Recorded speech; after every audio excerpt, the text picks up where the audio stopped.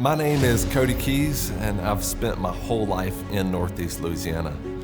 I've been in ministry for nearly 20 years now. I've loved the outdoors ever since I killed my first deer as a kid with a lever action 30-30 with iron sights.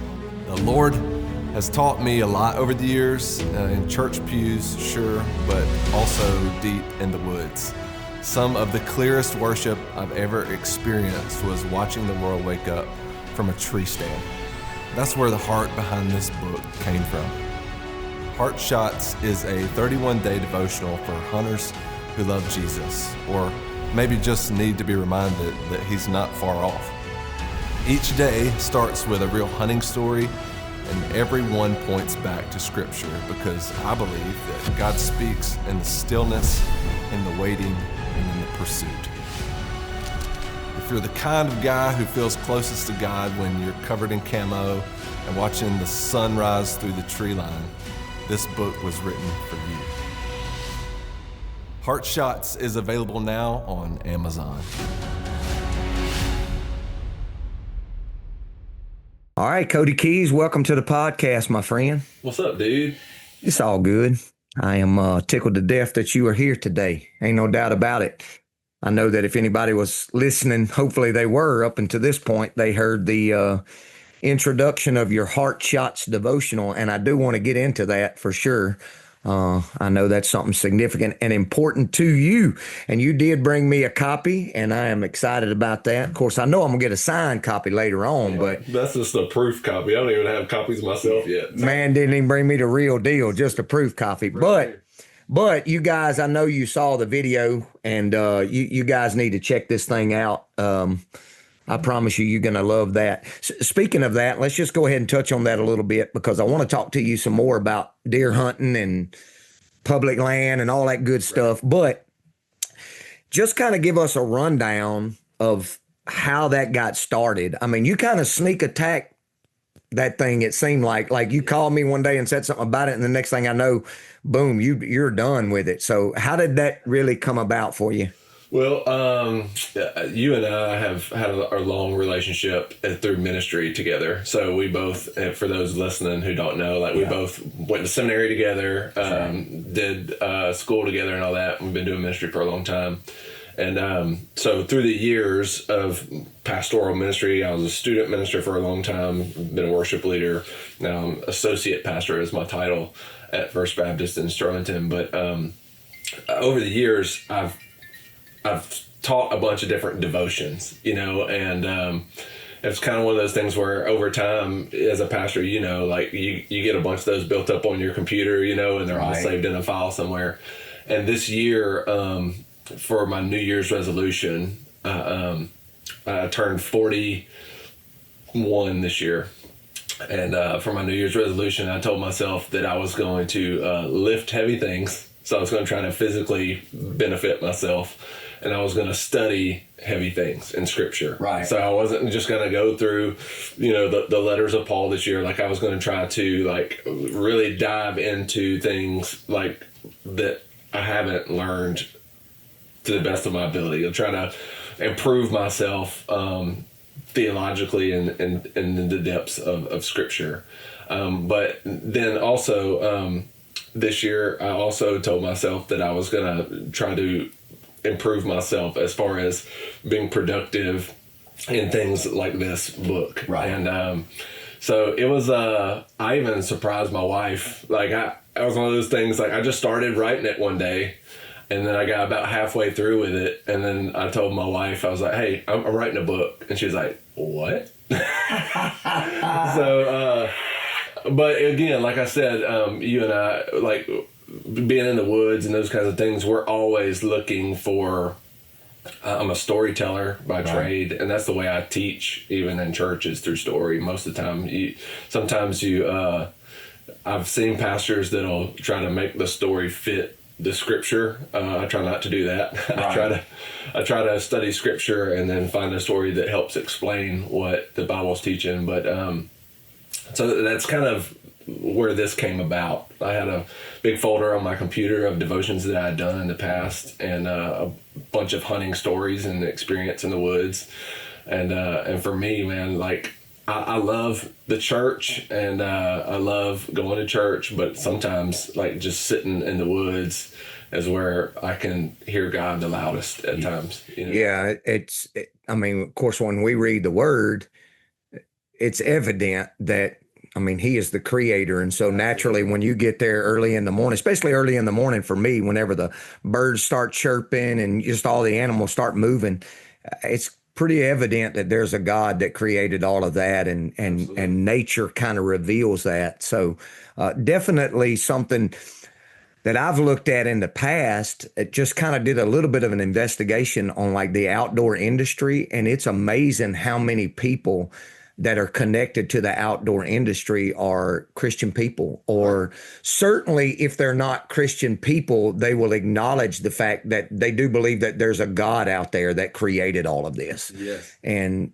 it's pretty evident when you see it, just like scripture says, you know? Yeah, it's like, and again, I've hunted a lot, but when it comes to the outdoor industry, I'm not super familiar because I don't follow a ton of outdoor influencers or whatever on social media. But since this book came out, I've been trying to do my homework a little bit, you know. That's right. And just talking with some of those guys online, man, their faith is very evident in a lot of those guys that you would consider the top dogs in the hunting industry. Yeah.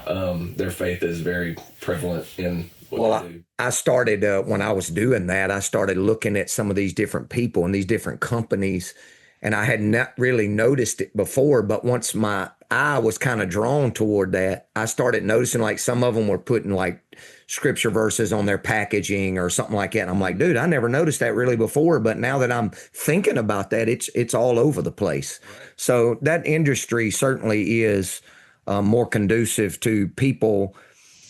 Again, even if they're a person that says, well, I don't know about following Jesus Christ, most of them still think that there's a God out there, and something like this, it would resonate with their heart, you know. And then on top of that, you put a good deer hunting story to it. I mean, who doesn't like a good deer hunting story? Right. Yeah. And even since it's come out, like it's on Amazon, and I've had folks that have bought it. And some of the stories that I'm hearing from folks is like, hey, like even a wife would send me a message and say, hey, my husband isn't really in the Word or doesn't really do devotions or anything like that, but because he loves deer hunting, and this person in particular knows me. She was like, right. Because he knows deer hunting and he knows you.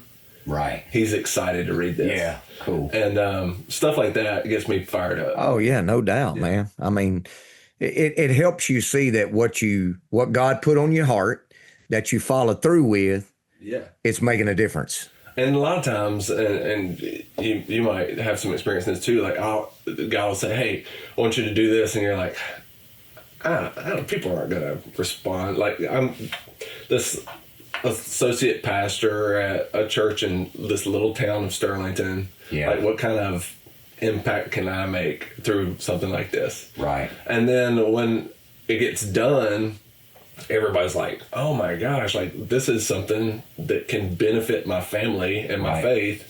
And I'm like, well, God, maybe you can use little old me. It's almost like, I say this all the time to people whenever we have these thoughts, like you just say, it's almost like God knows what he's doing.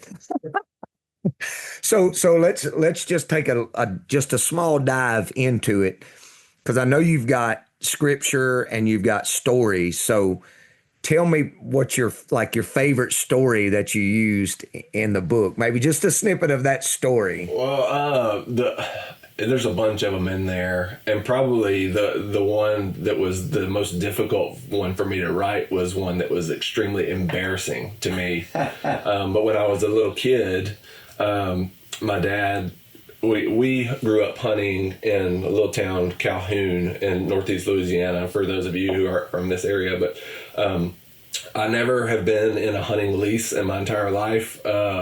Like, I've never really paid to hunt other than like a tag, so, but we had some family land. It was 40 acres behind my parents' house, so we would always literally just walk out the back door to the back 40 and just hunt behind the house. That's nice. And but my dad, when I was just a little kid, just old enough to hunt by myself really for the first time, he put me on a ladder stand behind the house. It was a really cold day, and I had just tons of clothes on.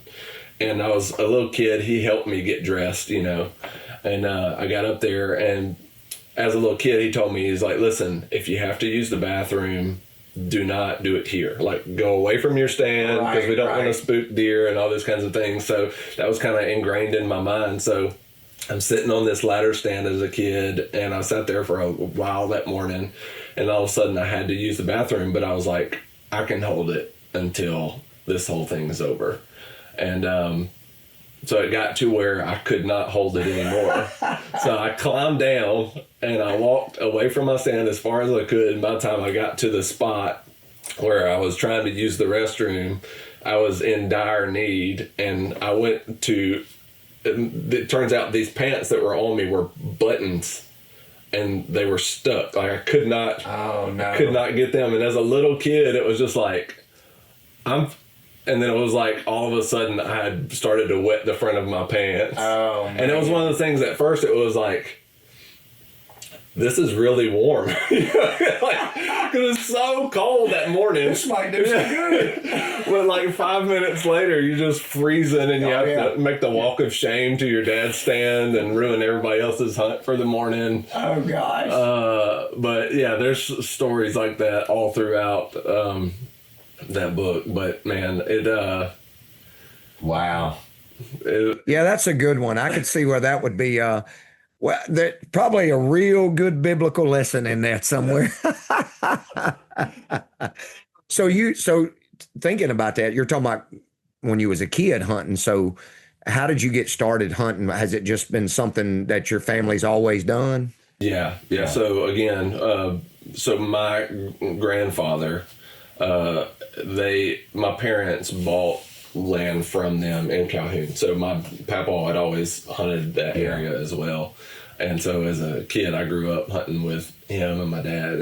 And like, my papa was one of those guys, like a lot of people talk about, hiding your scent and all those kinds of things. Like, he would walk through the woods smoking a pack of cigarettes and kill more deer than the rest of us. Wow. That was just kind of the way it was back then. But I grew up hunting, and then actually got out of it for probably a span of 8 to 10 years. Me and my dad both. And like when I got into college, started working, and I think once we got back into it, I got into it a lot heavier than I was before. But that span of 8 to 10 years when we weren't hunting, the deer population on our little 40 acres grew. Right. And for a little town of Calhoun, I mean, you're from Louisiana. Like, we talk a lot about Louisiana deer and how we tend to want to travel other places to hunt bigger bucks. But like, we had some great years of like large bucks on our property. It was kind of like a little honey hole there for a while. There was one deer that we had got on camera that was probably a 150-inch buck. That is good. That hung out around our property, and we never killed him, but his genetics spread around our property as well. My dad saw that deer one time in the daylight on his bow stand, and it walked by 50 yards. And he had some rice bran out, and he waited because he's like, he's going to come into this rice bran, and he never did. Oh, gosh. But that was the only time we ever saw him in daylight. But it still is a cool place to hunt. And now I take my son, who's 8, and hunting's changed for me now. Yeah, as an adult. Oh yeah, man. When you get them kids, it gets a whole lot different. Oh yeah. You start trying to make sure that you're getting them a deer every year instead of you, and it's like, whoa, I got put on the back burner. Right. Yeah. I still try to mark out a week to where I'll travel to Missouri or this year I'm going on a mule deer hunt in West Texas. Oh, wow. That's on my bucket list, man. I want to do a spot and stalk mule deer hunt so bad. Well, the thing is, I know nothing about it. It's completely different than whitetail hunting, which is what I've done my whole life. So me and shout out to my buddy Chad Merrill are going to. Oh yeah, come on, old Chad, South Carolina, right? He's in South Carolina now or North Carolina? North Carolina, yeah. I get the Carolinas mixed up with where he's at, but yeah, that's good. That's good. Well, good. Well, so go. Let's go all the way back again to your childhood, and I like to ask guys this. I like to ask them how they got started hunting, but sometimes I like to know, like, what was it like killing your first deer? What was your first deer, and what was it like? How'd that happen? Well, for me, my dad gave me it was my grandfather's gun. So a lot, like, it was one of the guns that, like, my dad, my uncle, all these guys killed their first deer with it. Right. And so, but it was a Marlin 30-30 lever action with iron sights. And I kind of learned how to shoot with a BB gun, you know, like most kids do, with iron sights. And but I was, again, sitting on a ladder stand in Calhoun, and a doe walks across the lane at about 40 yards, and shot her, and she ran probably 20 before she fell. And good old nanny doe. Yep, that was my first deer. And then they taught me, we strung it up and taught me how to skin a deer. And yeah, it's life lessons that you'll never forget, you know. No doubt. My first deer was a big doe, 142 pounds, man. I was hunting with a cousin of mine. My dad didn't hunt. He was a Vietnam vet, and he didn't like the idea of being out in the woods and guns going off and stuff. Right. So I had a cousin. He was a good bit older than me, but they had farmland right there beside the refuge, Tensas Refuge. Mm-hmm. And I remember back in those days, man, you could go sit in one of their box stands looking across them fields by the refuge, and you could see like 50 deer. Right. I mean, it was ridiculous. Like hardly any of them had horns, but it was deer everywhere. Yeah. And he took me out there. It was a little strip of woods right close to the refuge. It actually bordered the refuge. And I remember I was in like a 10-foot ladder stand, and I had a 12-gauge shotgun with double-aught buckshot. And I had a black squirrel came through, and that's the first time I'd ever seen a black squirrel. And I was just fascinated by that thing, and I was staring it down, watching it, and it kind of slipped around behind me, and then I lost sight of it. And then after a couple minutes, I was like, let me turn around and see if I can see that squirrel again. And when I turned around, it was 3 does coming. I believe it was 3 does coming. And so I turned back around, and like a dummy, I didn't know, I'm standing up on top of this ladder stand instead of sitting down. And it wasn't one that had the double where it was a seat. I was just standing up on top of it, and it's like this big. And I was no harness. Yeah, no harness. And I'm a shrimp anyway back in those days. And so that thing came out, and I aimed and I shot, and she dropped, and I went straight out off the back of that stand and fell to the ground. Yes, on my back. It's a wonder it didn't break my back, but I guess being young and maybe flexible and agile at that time, but it hurt, but I was like, knocked the breath out of me. I got up eventually and went and checked her out. And of course, you know, I started walking through the woods trying to find my cousin. He was like, and I never saw him. To this day, I still don't know where he was at, but he was in a climbing stand somewhere in a tree, and he hollered at me. He was like, go get back in your stand. I'm still hunting. So, yeah. No, are you all right? How old were you? I think I was 12 at the time, 11, 12, something like that. I believe it was. Yeah. Got a picture of it too, man, back there in my photo album. I'm sitting there. I got a green shirt on. I got my blue jeans and a Michael J. Fox Back to the Future type jacket, and my lips are all red because I got a fireball in my hand. I'm taking a picture with that doe hanging up. It was ridiculous, but anyway, fun times, that's for sure. Well, you said earlier that I noticed this, that you said you don't really focus a whole lot or pay a whole lot of attention really to like outdoor media and all that kind of thing. But is there anybody like in the outdoor industry, any shows, anything like that of people that maybe you do watch or over the years it's kind of shaped the way you hunt, or is anybody like that? I mean, I'm wearing the t-shirt, but the hunting public is probably the main, the YouTube guys that I watch the most. And again, coming from somebody who never had a lease growing up, right, that we hunted, like I'll never forget my wife, my father-in-law, they hunted a lease in Union Parish, and he invited me one year. He was like, hey, if you want to come and jump in on our lease, we have an open spot. And I was like, well, how much is that? And he was like, it's nothing, it's like $700 a year. And I was like, well, can I just hunt with you for free? That's typically not how that works on those clubs. Well, I mean, he was like, well, I guess you can, you know. Yeah. I don't know. It was something in me. I'm just a cheapskate, I guess. But so public hunting has fascinated me because it doesn't cost a lot of money to do it. Right.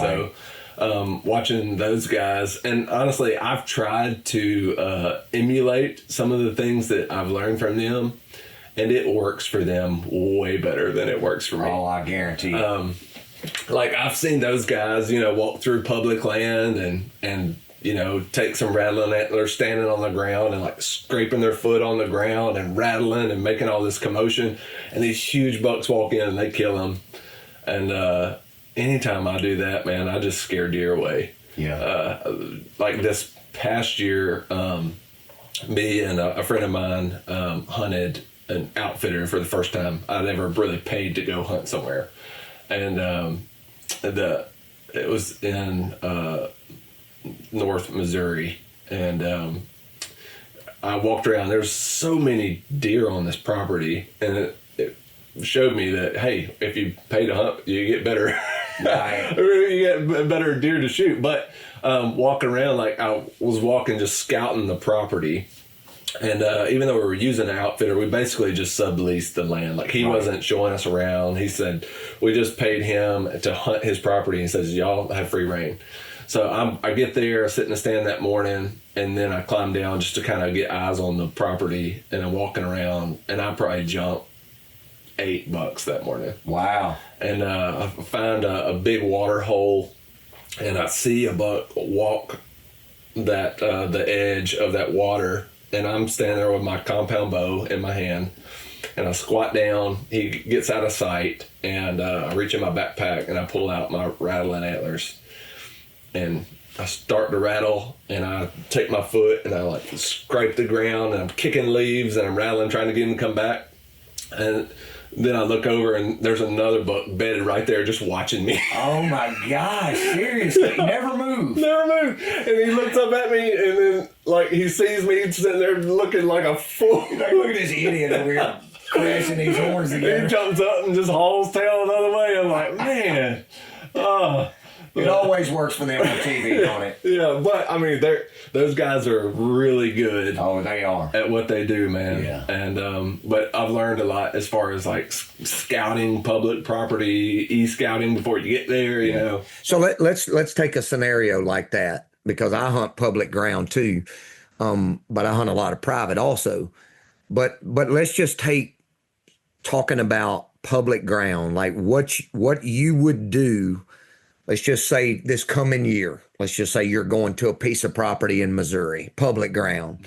Like, how would Cody Keys approach the property and figuring out how to hunt that place, start to finish? I'll tell you how I would tell someone else to do it, and then I'll tell you how I actually do it. Okay, sounds good. So, because I never follow my own advice, and if I would probably be more successful. Right. But I would say find a spot, a public spot, and go there year after year after year to learn that spot better. Yeah. Because for me, public hunting, I like the scouting aspect of it almost as much as I like the hunting aspect of it. Like, so I like going into a new place that I've never been before and trying to find them. And because I enjoy that so much, I probably have had a lot less success than if I would have just picked a spot and went there year after year after year. Right. But so normally when I go hunt a public spot, you can get on forums and those kinds of things to try to figure out, hey, is this place good or not? And I've learned over the years that doesn't help, because guys aren't going to tell you where the good deer are. Right. Because that's where they're going and they don't want you to go there. But I like to, like for Missouri, for instance, like all of their numbers of deer killed are available year after year in per county. Right. So you can go on their map and they'll tell you, you know, so many bucks were killed in this county, so many bucks were killed in this county. And then some, in Missouri in particular, some counties have different antler regulations than others. Right. So like the counties that we tend to hunt are the counties that have the regulation of it has to have at least 4 on one side, because you know that the deer in those counties are going to tend to be larger as far as trophy bucks in a county. But I mean, I know guys that hunt those other counties and come out with massive deer as well. But and then again, we'll when you're hunting public land, I've found that the more work that you'll put into, as far as getting to a place that's difficult to get to, and there tends to be less pressure there because the guys that hunt there locally a lot of times will park and walk, 20 yards from the truck. Right. So there tends to be more pressured areas around the parking lots. Right. So for us, normally in the past, we'll take a boat with us, and we, a couple years in a row, we hunted different places, but we hunted islands. Right. So it's like we've hunted islands in the middle of the Mississippi River on the east side of Missouri, and then we've hunted islands in the Missouri River on the west side. Right.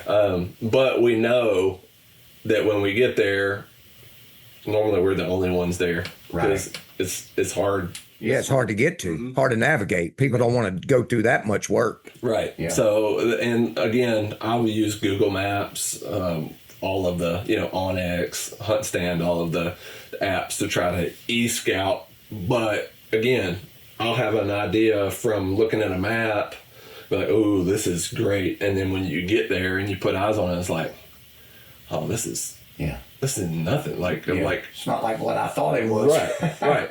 So, probably the most success that I've had is, again, going back to the same, like 1 year we hunted a place and me and a buddy went just to scout it out.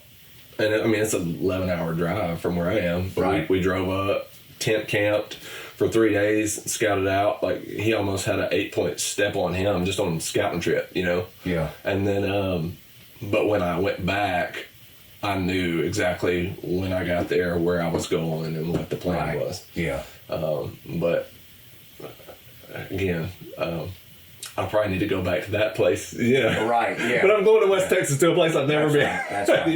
Yeah. But again, I just love going to new places. Yeah. It's fun. Do you have a preferred, like if you had to pick, because I know we watch all of these guys like hunting public and just a different video, which I consume a lot of hunting content. I'm either watching preaching or I'm watching hunting. That's just kind of my MO. But you watch all these videos, especially like the hunting public, and they hunt a lot of different ways in a lot of different places. But if you had the choice of hunting, I'll just put it to you like this. If you had the choice of, and this can be a simple answer, of hunting the rut or the pre-rut or the post-rut on food, which one of those three would you rather hunt?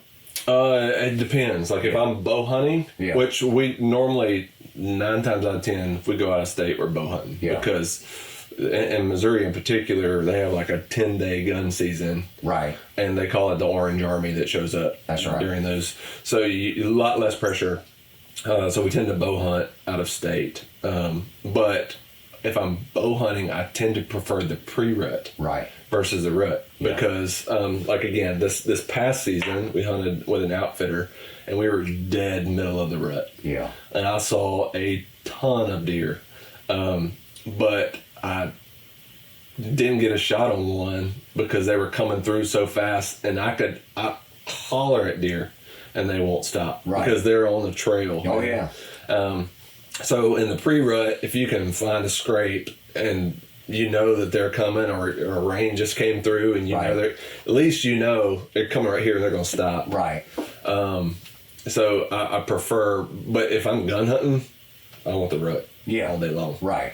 Because you can reach out and touch them whether they stop or not. But, yeah, I'm a fan of the pre-rut as well, bow hunting, because they're callable. And that's, to me, if I can just at least see one cruising, then I feel like, I don't care if he's 400 yards away, I feel like that I got a chance at bringing him from where he's at to where I'm at. Mm-hmm. So that's one reason why I like the pre-rut. But I don't know. I've never really been. The crazy thing about it is, as far as filming hunts, because I film all my hunts, as you know,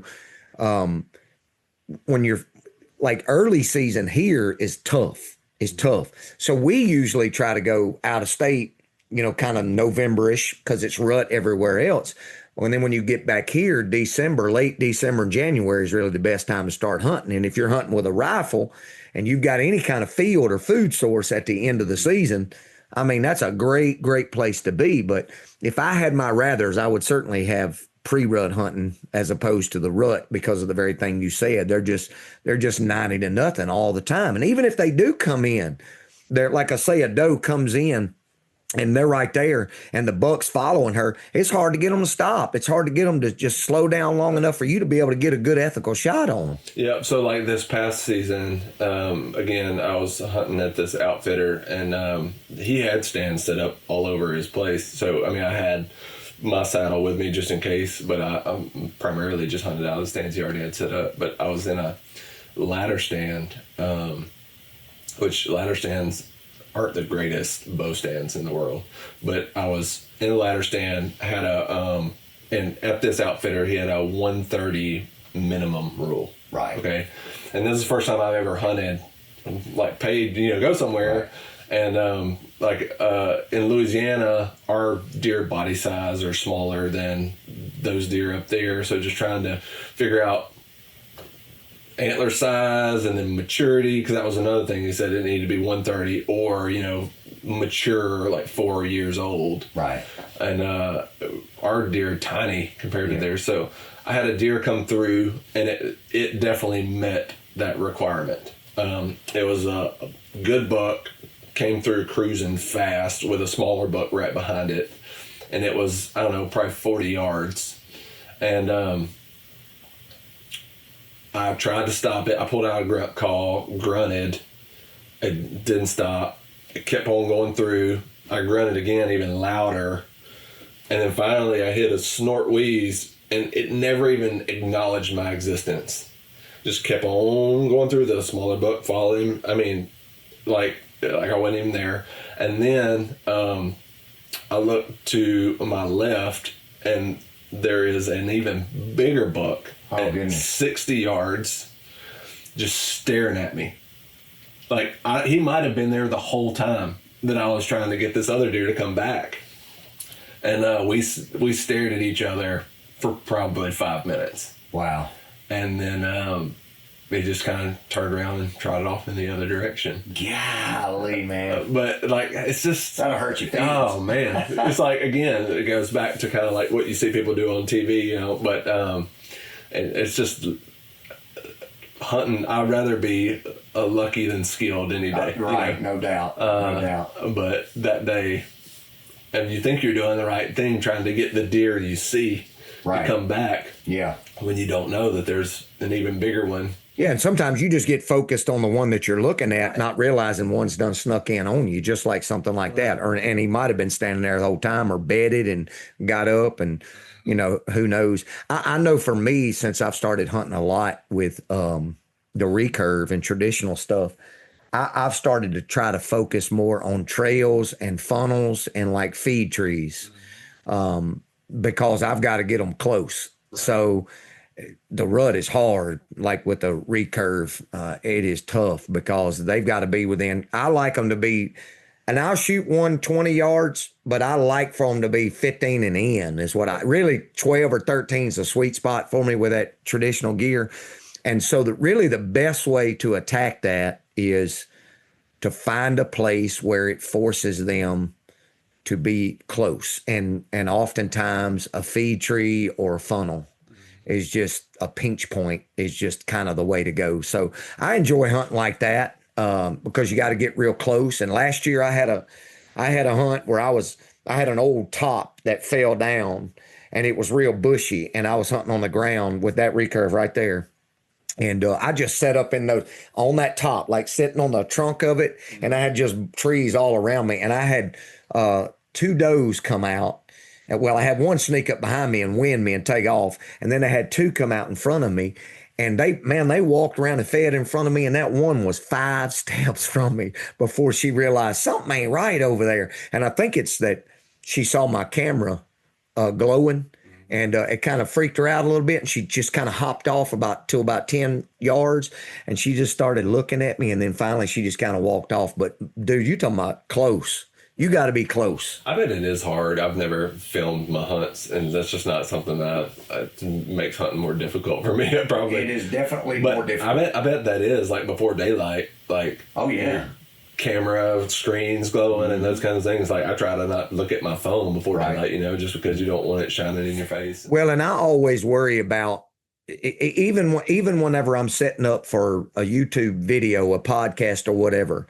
Well, I wear glasses, so everything shines in my glasses. Man, I can't set up like that light. I'm sure if the camera was over here looking at me, it'd be shining. I'd have lights in my glasses, and there's nothing I can do about it because I can't see if I don't have my glasses on. With my son Deacon, he killed his first deer when he was 6, but we were hunting in just a ground blind tent. Right. And it's one of those see-through, like you can see through it and they can't see back through it, but they can see light. Yeah. And I mean, as a 6-year-old, if you're a parent and you've ever took a kid hunting, you not gonna get them to sit still unless they have something to look at. Right. So he had my phone or an iPad or something, but it was one of those things where I took a blanket, like he's sitting in a chair, and I said, if you want to look at this, you got to put this blanket over your head. No shining, no light shining here. Right. Yeah. I'm thinking plan ahead, man, because I don't want to spook deer, because like where we were hunting, I mean, it was 20 yards or where we were set up for them to come in at. So, but yeah, that's tough. Yeah, it is. It is. So what kind of plans do you have for the coming season? I know you said a while ago y'all were going to go to Texas and mule deer hunt. Do you have any whitetail hunts scheduled anywhere, or just hunting around here? Just Calhoun, man. We're behind my parents' house, and then we've got some public spots around Washita Parish that I like to go to on my own. I don't take my kids to public yet because like, he's 8, and I just he wouldn't like it. Yeah. But in Calhoun, like we've still got some good bucks at that spot that we're hunting. Like this past season, there was 2 bucks that were mature shooters that we didn't kill. So I'm hoping this year. And my son, even though he's 8, he likes hunting more than I do. Oh, right. Okay. So it's one of those things like, I'll be like, hey, can we take a break? And he's like, no, we got to go. That's right. Yeah. So, and that was one of the stories in the book was that it was Christmas Eve, and we had a few bucks on camera like 3 days before Christmas Eve, and we were hunting them pretty hard. And we do family stuff on Christmas Eve, and Deacon was like, hey, let's go Christmas Eve morning. And I was like, man, we got family stuff, man. Like, let's just take a day off. They'll be there when we get back. Right. And that morning at 7:30 a.m., when we're not there, one of our shooter bucks steps in for 20 minutes at 20 yards. And come on, guys. Cody and them got family stuff going on. I didn't even want to show him the picture because I was sick about it, but he was so mad at me. Oh, goodness. But gives us something to look forward to this year. Oh, yeah, no doubt. No doubt. And he's killed, has he killed a deer before? Yeah, he's killed 3. He's okay. 8 now. But he's kind of working his way up the ladder. Yeah. You're talking about a few minutes ago, public land. Or you've mentioned that a couple of times. And this this past year, I started hunting a little bit more public land, some around here, but then some in other places where I was raised at. And Man, I definitely would say that there's a lot of value in what you said earlier about just, find a place and spend some years hunting that place. And I would even say, to go a little bit deeper than that, the guy that I've been hunting with, started hunting with him, is a good friend of mine, and he's been hunting this public for years and years and years, and he's got tons of big bucks. Matter of fact, I've already done a podcast episode with him. I think it may be the second episode, but I went hunting with him this past year, and he and I started saying, we're going to hunt a whole lot more together. And just listening to him and walking around with him and watching him, a lot of times we say, I'm going to go hunt this refuge.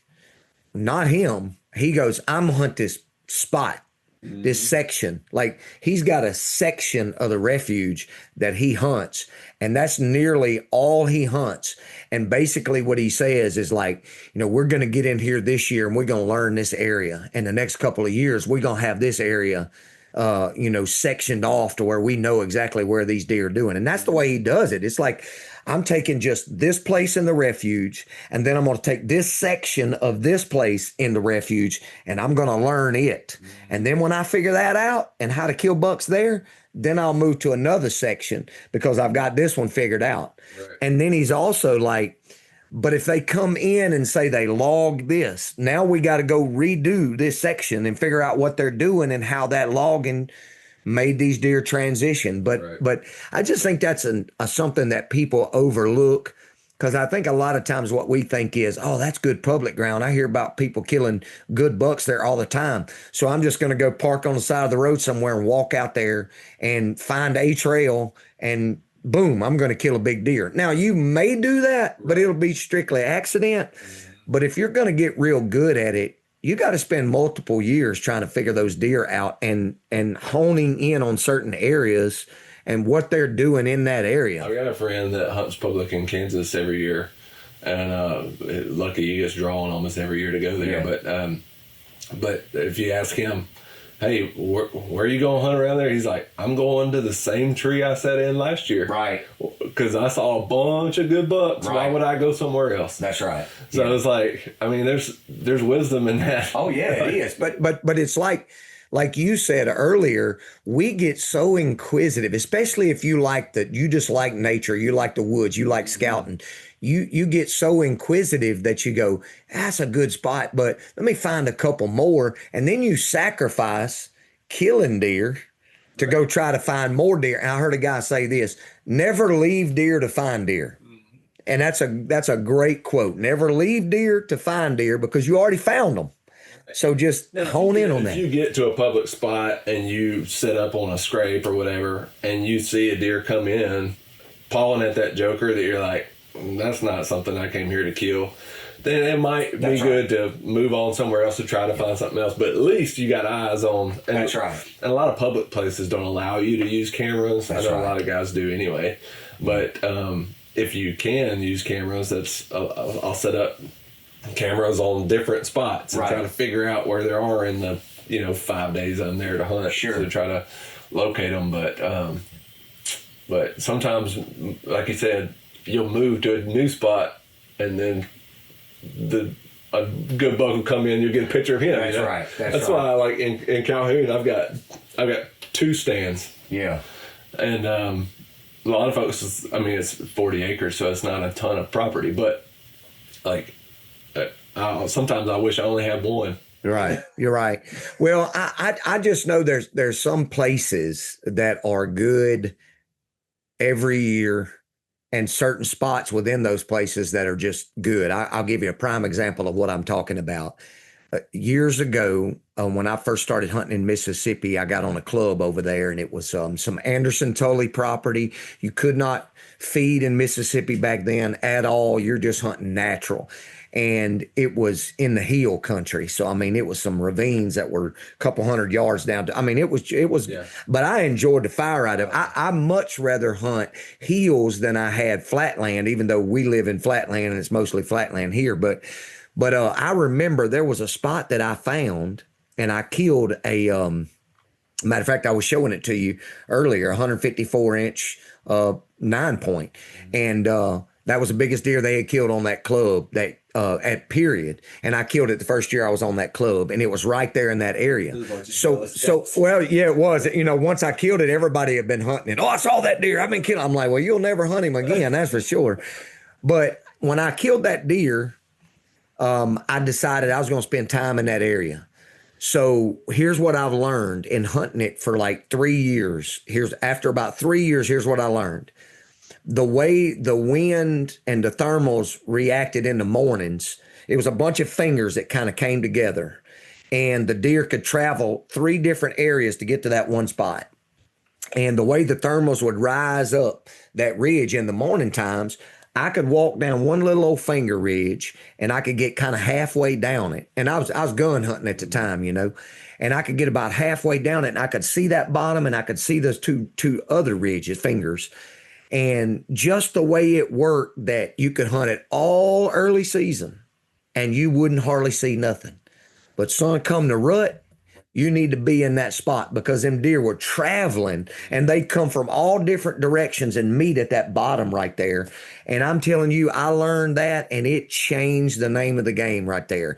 But to me, it was just spending multiple years in that spot, figuring them deer out, and then come December, I knew I was going to be right there. In the mornings, not the evenings, but in the mornings, I was going to be right there.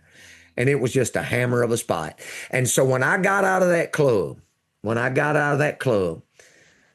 everybody knew I killed deer down there, you know. But when I got out of that club, another guy took that spot, went to that spot, and put a box stand right down in that bottom and completely messed up the whole thing. Oh, man. Yep. I'm like, bro, you missed it. The deer coming down that bottom, you put a box stand right there where they're traveling, man. Right. Of course they changed the way they travel. Yeah. But anyway, it's crazy stuff, man. Well, look, I appreciate you being on the podcast today, man. I think we've been talking about 35, 40 minutes, and I know you could talk about it all day, but I appreciate you being here, and we'll have to do it again.